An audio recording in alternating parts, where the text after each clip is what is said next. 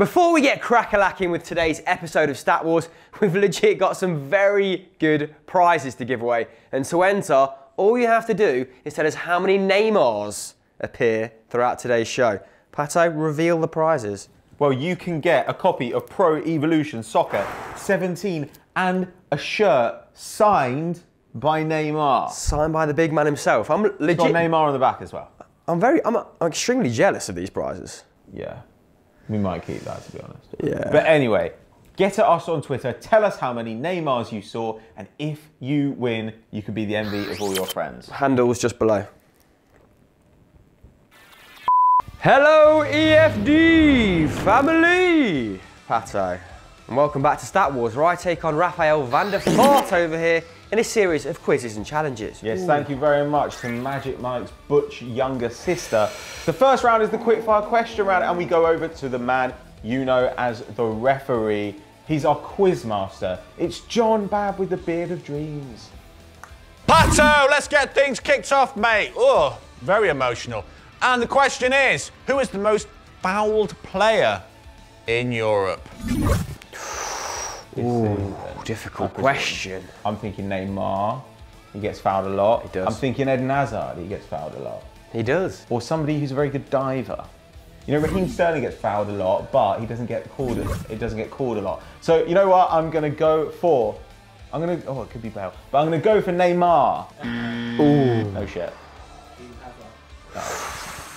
Oh, mate, you had it. Almost had it, but didn't. So let's move on.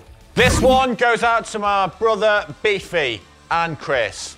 And Chris, can you tell me who scored the winning goal in the AFCON final? Oh my God, I don't even know this. I don't know this. I genuinely don't know this. Oh dear. Oh, obviously Cameroon won 2-1, didn't they? This is a really good question because it's embarrassing that I don't know it. I don't know, mate. I honestly don't know. I can't even answer you. Yeah, pass. Pass. Oh my God, he's passed it. Abubakar. That is a player I've heard of. I didn't even fucking know he's from Cameroon. Yeah. Patrick! Which team has conceded the most goals in Premier League history? Arguably making them one of the shittest teams in Premier League history. Right, so it's got to be a team that's been in the top flight, like, for most seasons. So the teams that haven't been relegated. A team that yo-yos. Really, you think? Yeah. Spurs, I think, have conceded a lot of goals, actually. West Ham, maybe. I'm going to go for rogue choice here.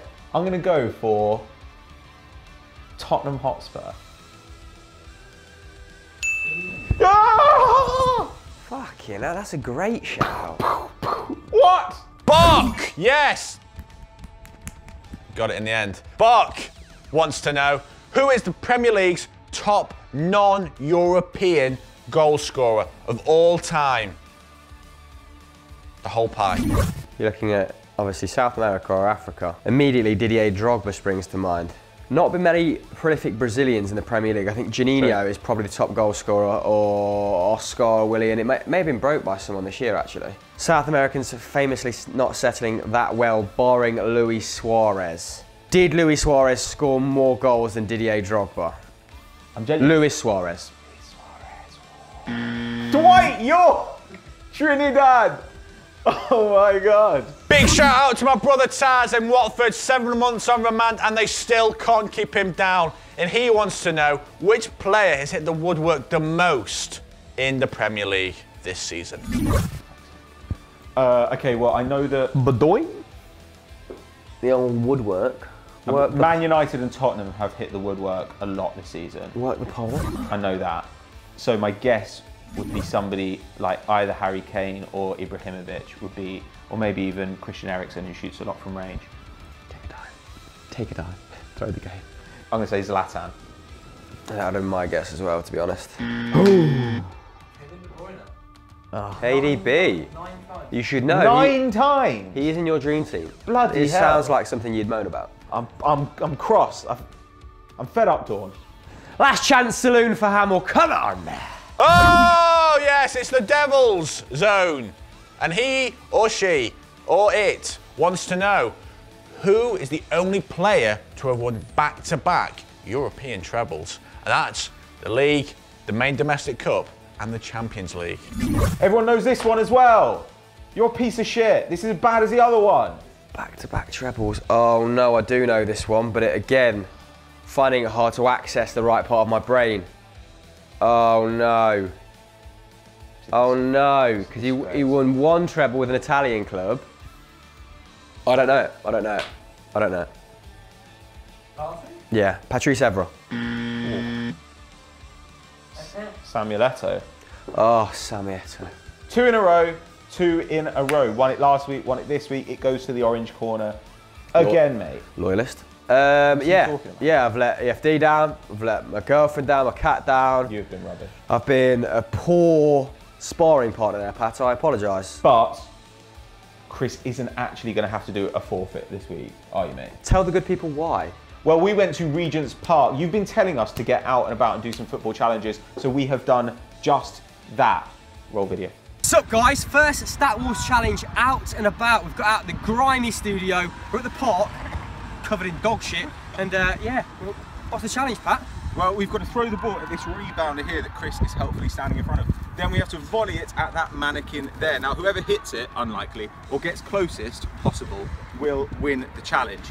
Unbelievable. Big shout out to Net Sportique for supplying us with the equipment. Can't afford any of our own, so let's crack on. Sponsorship.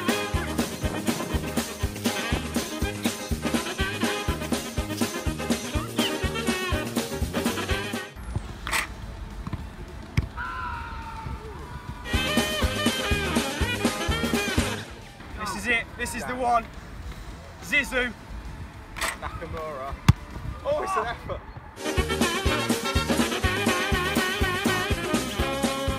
Hold on. How's the bonnet looking? Nice, mate. Nice. Got to take some pace off. Oh. Whoa.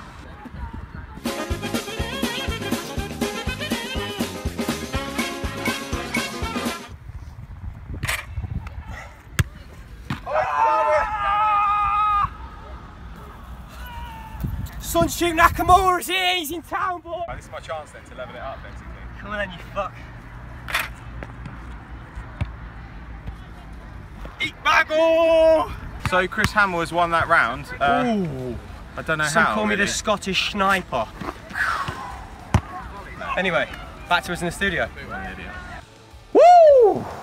Chrissy Van Basten wins the first round Pure on the luck. road. Pure luck. Well, is it? We Or were is it aiming at the skill? head, whizzed past his shoulder. Chris Hamill hits him in the fucking solar plexus. Whizzed past. Right, that was, as I say, our first challenge out and about. Did you guys enjoy it? Is that something you want to see us do more of? Let us know in the comments below, because this was a little tester. Pat, this is the end of season 1 of Stat Wars, isn't it? This episode, we're breaking it to you halfway through.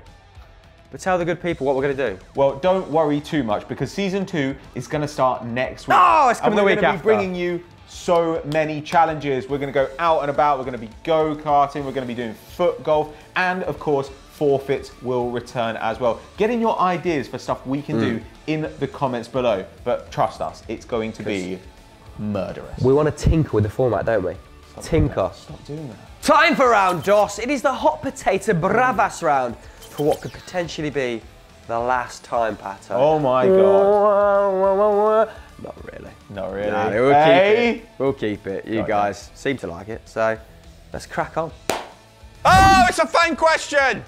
I'm so excited, my voice, it's almost gone. And it's from Steve Smith. But if you want your question on next week's show, leave a comment that says #StatWars followed by your question. Hit us up on Twitter, Insta, Snap, I don't care, send us a snail mail, whatever, not bothered. And the question is, who are the last 10 players who have captained the last 10 Champions League winning sides? That probably made sense. You can probably work it out. Ooh, what a question. Sergio Ramos. Yeah, Maldini. yeah, Philip Lahm. yeah. Ooh, who are we looking at? Who was Steven Gerrard at that Liverpool final, 2005? Ooh, that was 11 years ago now. So, I'm just thinking Real Madrid. Iniesta, Xavi. Puyol. Yeah. Yeah. Oh, was he acting captain that day? Oh, buddy! 2, 1. Crashed out. So, 2 answers for 1 there from me, so... Slovenia. Oh, we've got a great question, and it comes from Mr. Muffin17, who asked us this on Twitter. Who are the top 10 goal scorers in Championship history? Thanks, Mr. Muffman. Wow, this is a stinker. Jordan Rhodes. Yep. Dave Nugent. Yep. Bent. Oh, God. I'm out. Bobby Zamora. DJ Campbell. I think I may have one. He's been relegated. I've got nothing left. We need to retire that one. What's the point? It's the worst round we've ever done. Worst round ever. Howdy, y'all! Who are the top 10 appearance makers for the US national team? Go. Clint Dempsey. Yeah. I'm out. Landon Donovan. Yeah. That's right, bitch. DeMarcus Beasley. Right. Little Rangers fucker. All right, mate. Kobe Jones. Ooh. Brian McBride. Fulham legend. Bradley. Michael Bradley. Yeah. Not Bob. Eric Winalda. Clint Dempsey. Yeah. Kyle Beckerman. Nice. No! You smug little bastard. Oh, Bedoya. Yedlin. 4, 3. Who the fuck has played for America in the last 10 years? Let's take some guesses. Jermaine Jones. Fuck. Definitely should have got either Reina or Bocanegra. I should have got points for Wijnaldum and also Kobe Jones, who I believe has made more appearances for the US men's national team than any player in history. Should have got Bocanegra. I used to sign him on Football Manager. Yeah. And actually, Champ Manager 4 for 50k. He'd do a job at Celtic anywhere you put him. You know what? Neither of us guessed Alexi Lalas as well, so. But anyway, With moving the on. hair. That's 2-1 to me, so obviously happy days are here again. Moving into the final round, the story round. We need to let the good people know as well that as this is the last episode and you have won, I will be doing said season finale forfeit over the coming week. Yeah, so watch out for that on Chris's Twitter. Oh, I can feel it on my back already, the shirt. Oh, that's disgusting. I will genuinely be disowned by my family in Scotland. You genuinely sound like Joe. Now, I'm going to be honest. My story this week is rubbish. Well, don't need to try anymore, do you, mate? You've embarrassed me. Yeah, I so, don't care. already won, doesn't care. Don't care. Even admitting on camera, so brazen. So enjoy this story, everyone. For the last 2 years, the Nigerian Football Federation has been locked in a power struggle like something out of Mean Girls. A common analogy This is about where the people- Nigerian Football Association. Oh, we all pretend we haven't seen Mean Girls. It's a wonderful film. Now, the Regina George of this particular situation is a man called Amaju Pinnick, the president of the NFF. Now, somehow, after the retirement of the previous president, there were 2 elections for his successor. In the first, local businessman Chris Giwa won, but several members of the board were absent as they were being questioned by the Department of State Security. This sounds dubious. Pretty dodgy, mate. Now, obviously, the shit hit the fan in a big way. Now, Chris Giwa owns a team which he's called Giwa FC. Is he called Chris Imaginative. Giwa? Yeah. What is he named? Ledge, strong name. And he withdrew them from their fixtures in protest at Pinnock, and the side was relegated as a punishment. Double jeopardy, mate. Idiot. Dodgy. Pinnock continued to deny that Giwa was the real president, so Giwa formed his own NFF board and just started appointing referees for league matches in an attempt to take control of the sport. And among the referees he chose was one guy called Wale Akinsanya. Now this is a dodgy appointment for a bunch of reasons. Akinsanya was respected and very experienced, but unfortunately he was also unavailable as he had died 3 months earlier. So perhaps Giwa wouldn't make such a great president after all with that level of organisation, mate. He died 3 months earlier. The referee. Bit like BFN's banter. Rinse. Shots fired. Moral of the story, do not hire dead referees. Always immoral, like Already Aesop's won. fables. Right, anyway, my story. Matthias Sindler captained the legendary Austrian Wunder team of the 1930s, earning the nickname the Paperman for the way he flitted through defences. Flitted. Schindler became a superstar with Austria Vienna, appearing in milk adverts in his homeland and refusing a big move to Manchester United to stay in his native land, where he lived above a laundrette with his mother. What a cool guy. Pato, at this time, Austria were the best team in the world, bar none. So when the Nazis made Austria a part of Germany in 1938, they decided to unite both countries in a national side which would have conquered the footballing world. Talking, yeah, love a bit of conquering those guys. To celebrate the union, a match was arranged between Austria and Germany, with Schindler told that he should not score to avoid humiliating Nazi officials.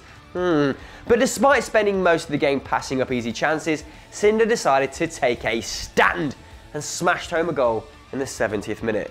Freedom. Scored against the Nazis. Freedom. What a man. Fucking hell.